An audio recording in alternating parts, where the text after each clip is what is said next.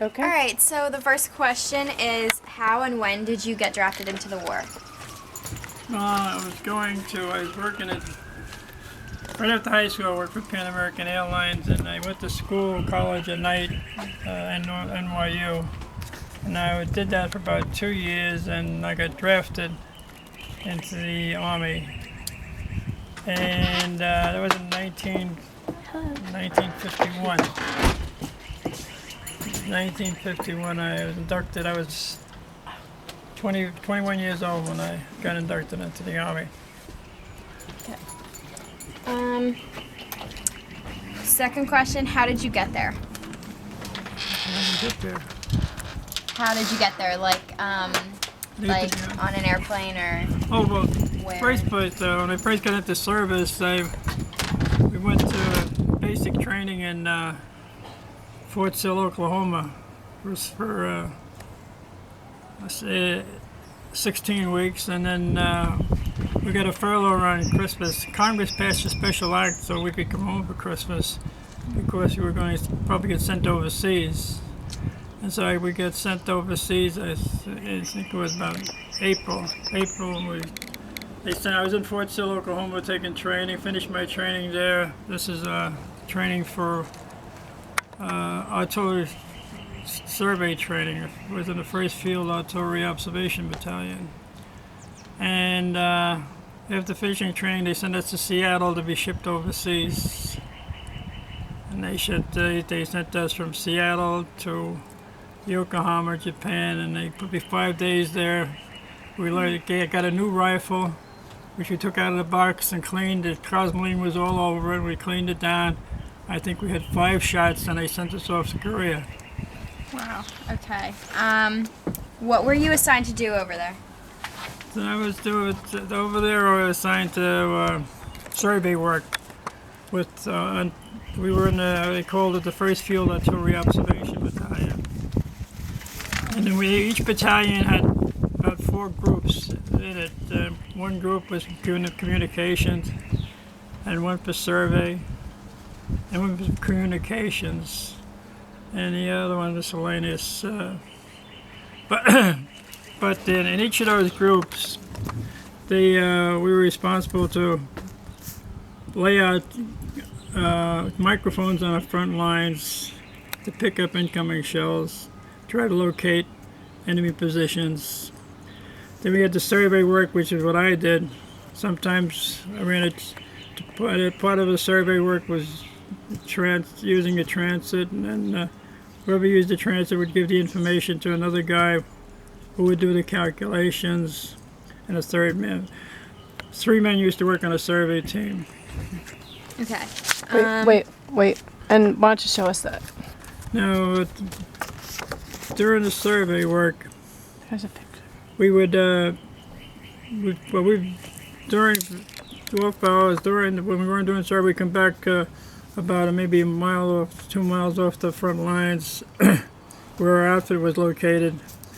And there we'd remain overnight, and the next day we'd go up to the lines to try to be given different positions to try to find a survey point, which they would use those points to locate the artillery to be fired on the enemy.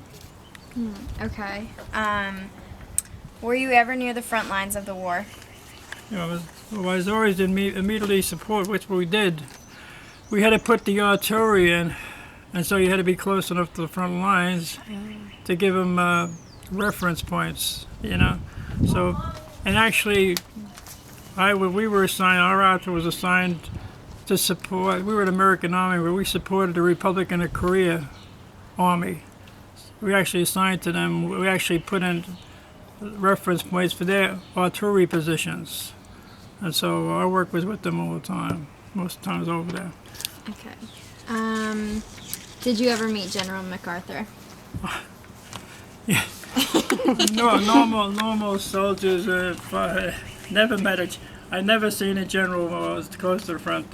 One time I saw a 1-star general came up once to look at our positions, but that's the highest one-star general was the highest I ever saw. But I never met him. He went through past in a jeep.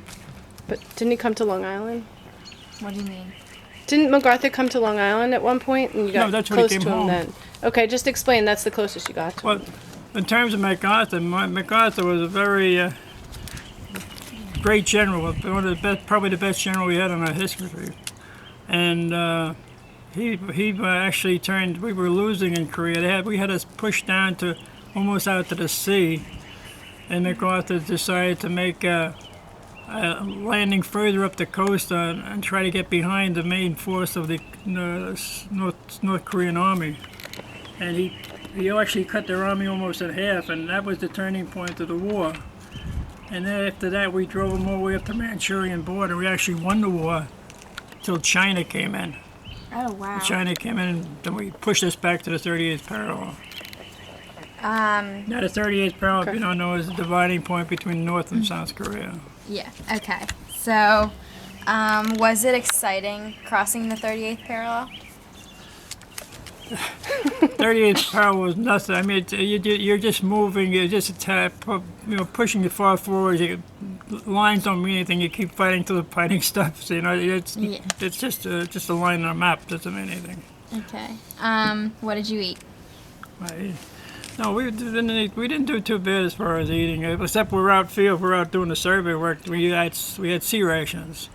They get 2 cans of food. One was some meat and vegetables, and the other one was some cookies and maybe cigarettes and maybe tissues, stuff like that, candy. Okay.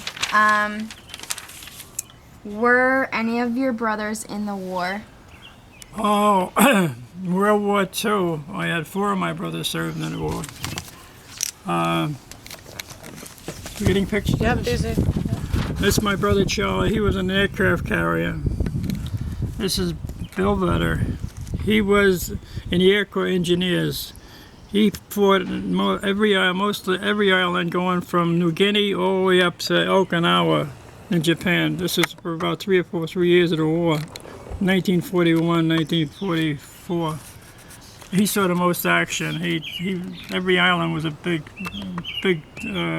battle against the Japanese. The Japanese didn't give up. They would die. They would either kill them if they got overrun or something, and they got circled. Some of them committed what they call carry. That was suicide. They never, hardly ever surrendered. Even the people in their towns would have said they commit suicide too, rather than surrender to Americans. Wow. Kenny wasn't in the war. Warren wasn't. He was in the Navy. He was in Guam, and he worked on invasion ships going into the islands that attacked the Japanese islands. And Elmer, he was in the Air Force. When he was a cadet, he started off trying to be in the Air Force, trying to fly airplanes, but he washed out and became an armorer, he was putting bombs and machine gun bullets on airplanes. And that was it. And then that's you, right? Well, that's me. I was in World War II. I was in Korea. Right. So actually, my parents had 5 sons in service. And Out there were of 8 7. kids. How many kids were in your family? Oh, 7. 1, 2, 3, 4, 5, 6. My sister, 7. 6 boys and 1 girl. Does it impact your views on society and the war today? Does it what? Does being in the Korean War? Does being in the Korean War impact your views on the war and society today? There's one thing definitely impacted me, and when they replaced MacArthur. Actually, we had won the Korean War. We had pushed the North Koreans up to the Manchurian border. The war was essentially won. And the Chinese came in, and the whole army came in. We got caught up around the Chusan Reservoir, and they pushed us all the way back to halfway down to Korea before we stopped them. And we always had control of the skies at that time, and we had limitations on it. MacArthur had limitations on his troops to not cross the Manchurian border, and he wanted to go across the Manchurian and kill the Chinese. When the Chinese came into supported the North Koreans in the Korean War, we should have went to war with China, and he was willing to do that. And Truman wouldn't stop them. He didn't want to get involved with World War III. So that annoyed all those men that died fighting in Korea. They couldn't win that war because we had the Chinese come in and they actually stopped us. Okay. How did the war end? The war went into this supposedly peace treaty, which was really never finalized in terms of ending the war. There was an agreement signed to terminate the fighting, but it's still going on right now. They're still negotiating, arguing back and forth on what we should do and what we shouldn't do. That's still in the papers today, but North Korea is trying to make an atomic bomb, and we're trying to stop them. Were there any big parties or celebrations when you came home? Oh, yeah, big parties, big celebrations. It was nothing close to what World War II was. I mean, World War II was unbelievable. Everybody had a block party. Everybody was out in the streets partying. But coming back, it was like family with people that actually fought in Korea. The families, like my family, had a big family. When I came home, all my brothers and sisters came in. We had a big party. It was a great time. Okay. That's All right. all the questions.